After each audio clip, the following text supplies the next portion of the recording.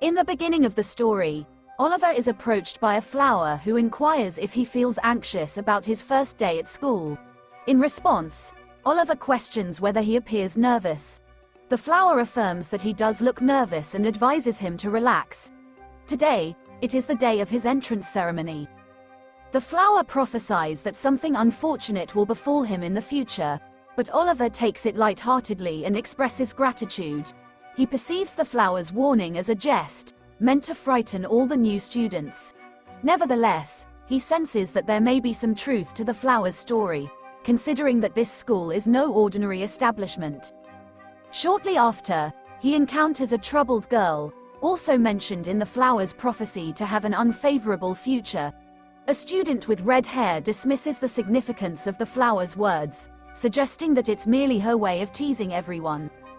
At that moment, a girl with yellow hair scolds a boy and instructs him to watch where he walks, as he was about to step on a flower.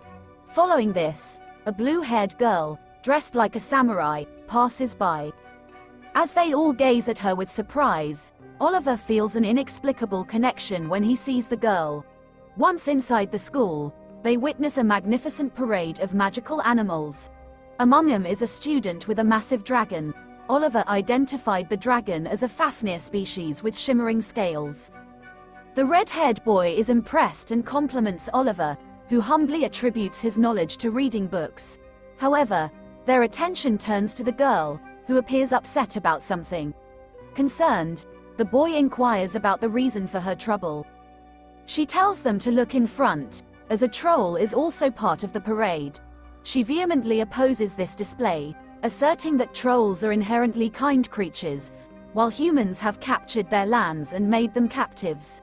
In response, the boy shares that in his country, trolls frequently destroy their fields, leading to the conflict. The girl defends the troll, explaining that the farmlands used to belong to them before being taken away. A bespectacled boy standing nearby asks them to stop arguing, as it's hindering his ability to study his book. Oliver also intervenes, urging them to put an end to the argument and become friends. As they exchange names, the girl with yellow hair is interrupted when a fellow student casts a spell, causing a dark wind to swirl around her feet. Her feet start moving uncontrollably towards the troll in the parade, despite Oliver's warning to stay away from the animals. Oliver rushes to stop her, but she remains unable to halt her movements. Just as the troll is about to harm the girl, the samurai girl lets out a powerful roar, frightening the troll. Taking advantage of the distraction, the samurai girl draws her sword, and another girl with yellow hair attempts to attack the troll, but her efforts prove futile. Sensing the urgency, they decide to attack the troll together, but Oliver intervenes and advises them to use wind spells instead. The girl with yellow hair doubts the effectiveness of wind spells, but Oliver assures them that they can trust him. The three of them combine their wind spells, gathering them in one place. Using his magical abilities, Oliver manipulates the three spells, transforming them into a wind-like dragon. The troll's attention shifts to the dragons as Oliver instructs the samurai girl to escape. However, she fearlessly climbs onto the troll and leaps into the air, causing her hair color to change to white, which surprises Oliver. He refers to this color change as her innocent color.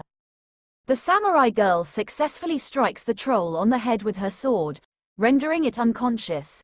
Amazed by the troll's resilience, she starts feeling a tingling sensation in her hands, and her hair returns to its black color. She expresses gratitude to all four of them for their assistance. After the incident, they all become separated during the entrance ceremony. Oliver questions the samurai girl's impulsive decision to confront the troll without any preparation. She was even lacking the blade on her katana. He worries that if the spell didn't work, she might not have survived. The samurai girl acknowledges the risk but considers it a good starting point. Oliver finds her a bit peculiar, especially with her ability to change hair color. As Oliver contemplates the samurai girl's ability to change hair color, he refers to it as the innocent color, signifying hair that becomes like glass, allowing the easy flow of magic within. He recognizes this as an indication of powerful mana circulation in her body. suggesting her potential to become a great mage in the future. Following the parade incident, the school headmistress, Esmeralda, makes a grand entrance and apologizes for the mishap.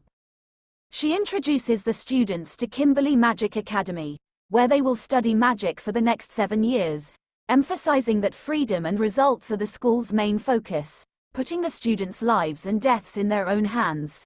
She explains that only 80% of the students will return home alive, while the remaining 20% will meet their end at the school, illustrating the seriousness of learning magic there. Esmeralda invites questions from the students, and the samurai girl humorously shares her belief in curing headaches by rubbing them in circular motions. Esmeralda dismisses it as a joke, but the girl insists that she is genuinely trying to help her. Oliver, thinking it's foolish, calls her stupid, but she remains steadfast in her belief. Esmeralda then performs a magical feat, causing all the students to fly in the air and land near the dining table in the dining room. They are welcomed by senior students, and the whole group gathers to have dinner together. As they continue with their introductions, the girl with yellow hair reveals her name as Michaela McFarlane and mentions that she is the eldest daughter in her family. The other girl introduces herself as Katie Alto, an exchange student with a strong interest in magical animals. The red-haired boy is Guy Greenwood, hailing from a family of magical farmers, with an extensive knowledge of plants. The bespectacled boy is named Reston, coming from non-magical parents and having no interest in befriending them. Oliver commends Reston's book, which teaches non-magical individuals how to do magic, and when asked if he has read it, Oliver praises it, having read it multiple times. Oliver then shares about himself, mentioning that he lives with his relatives, and 2 of his cousins are senior students at the school. Next, the samurai girl introduces herself as Nanao Hibiya, originating from a samurai family.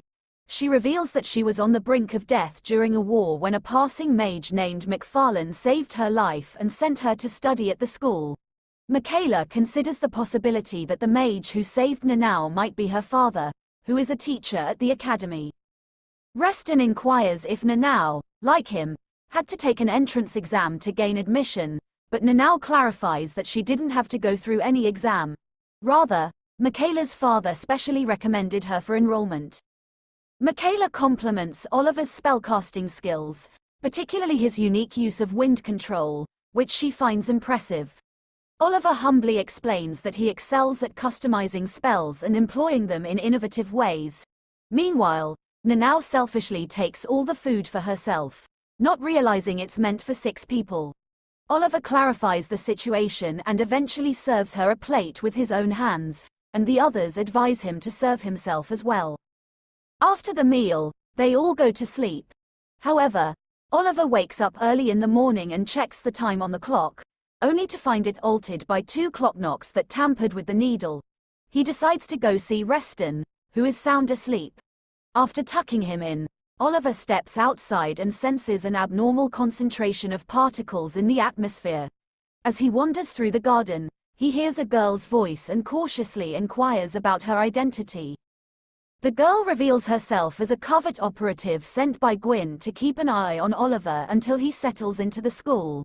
Oliver wonders if his brother sent her but finds it unnecessary to have covert surveillance on him. Teresa Cast, the covert operative, explains that Oliver's brother is worried about him, prompting the concern for surveillance. When Oliver asks for her name, she introduces herself as Teresa. However, she declines to show her face at the moment, promising to do so later if necessary. Before leaving, she assures Oliver that he can call upon her if needed. Later, Oliver arrives at the fountain and discovers Nanao taking a bath there. Concerned about her safety and privacy, he quickly casts a veil around them using a spell. He advises Nanao not to bathe in the open since the area is visible from the men's dormitory. Nanao clarifies that she is purifying herself rather than bathing. Oliver notices scars on Nanao's back and inquires about them. She reveals that she got them during the war fighting. He urges her to purify quickly and leave to avoid any issues. As Nanao forgets to bring a towel, Oliver lends her his shirt for cover and insists she leaves promptly. Despite Nanao's innocent appearance, Oliver senses a lingering smell of blood emanating from her body, signifying the haunting experiences of her past that can never be erased.